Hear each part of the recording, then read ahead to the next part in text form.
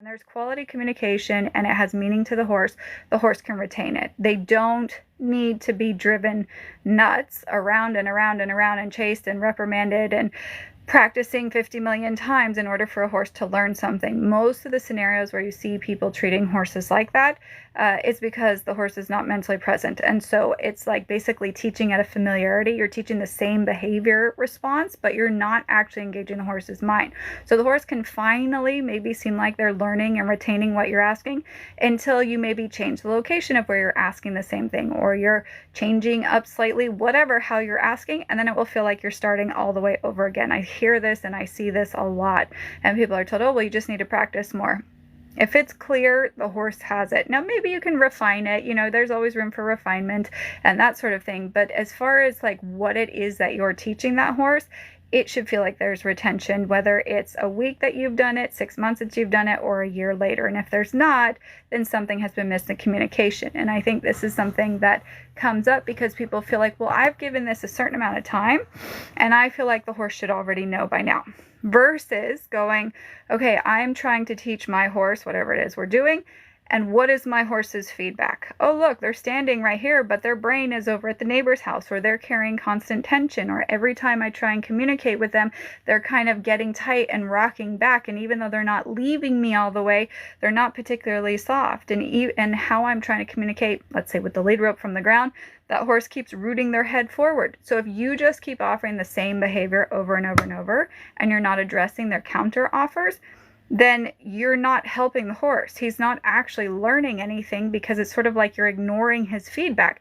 His feedback is what tells you what needs to be addressed so that he can then learn whatever it is that you're asking. But if you don't address his brain being at the neighbors, despite his feet seeming close to you or in near proximity, then it doesn't matter what you do. He's not hearing you. He's not available to your input. And this is a piece that's very hard for people because a lot of training focuses on the horse's feet. They don't look at the horse's brain. They don't look at softness in the body. They don't look at balance movement. They don't look at adaptability. They don't look at a variety of energy levels. It's all about where the horse's feet. Are they yielding? Are they backing? Are they disengaging? Are they whatever? Fill in the blank.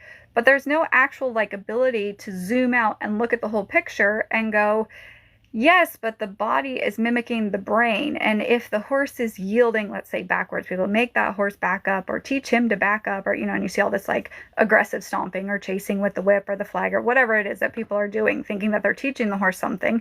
They are teaching him something. It's defensiveness, but they're not actually teaching the horse to back. So many times, especially when I have remote coaching clients from all over the world and we're looking at videos of people trying to back a horse, and the horse will be stepping backwards. So the feet will be moving backwards. But if you zoom out and you look at the whole picture and you go, the horse is backing up, but his nose is thrust forward and his weight is over his knees and his shoulders. So he's still pushing forward even though he's stepping backwards. Translate that to, have you ever been sitting on the horse, felt like he was kind of pushing on the bit or the bridle, kind of taking you forward, kind of bouncing, maybe not really wanting to stand still. You take up on the reins, or you're told, make him back off that bit, or whatever the rhetoric is that you're told. And so yes, the horse steps backwards. And then as soon as you give with the pressure of the reins, what does the horse do? He immediately bounces forward and he goes back to offering the same unwanted behavior. Same thing that's happening starting on the ground that I see so often. And I'm just using backing as an example. But this is where people are going, well, I'm supposed to practice teaching my horse to back up. And yet the human is missing the fact that despite the horse's feet moving backwards, the brain has never thought backwards. That brain is still pushing forward. The weight distribution in the body is still pushing forward. There's drag marks in the ground because there's so much tension in the horse's movement. So are you actually teaching that horse to back?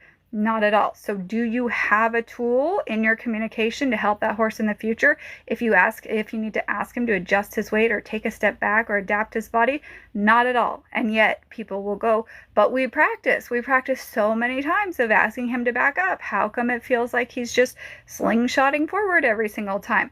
Because you never got the mind. And this is where, again, a lot of the behaviors that I find for easy Western packaging, for the sales pitch packaging, buy the DVD and here's everything you need to know, follow the 7 steps and here's everything you need to know, for that sort of marketing, people are buying the illusion of being in control of their horse. And in fact, most of the time, they're actually making their horse more dangerous, because what they're not seeing is how often that they're, let's take the backing example, backing that horse, that every single time they're doing it, it's having to take more energy from them, maybe more driving with their body and how they're moving, and that horse is becoming more defensive. So every time the human's increasing that pressure and their energy and how they're communicating, the horse is becoming more defensive, more anticipative, and eventually you see that horse that doesn't want to back but starts to get light on their feet. And people go, oh, well, that's just whatever, you make him back up. Well, now they add more pressure to the horse who's already light on his front end, meaning his front feet are starting to come off the ground. You're getting ready to teach that horse to rear. I can't tell you how many times people bring me dangerous horses, and it's all human taught behavior, because the human has missed engaging the horse's mind, and that they don't have a mentally directable horse. They don't have a way to communicate that's not creating fear or defensiveness in the horse. And so if all we do is just add more pressure and whatever it is that we're asking, we're teaching that horse to offer more resistant, defensive, unwanted behaviors. And so you can see how this vicious cycle kind of goes on and on and on. And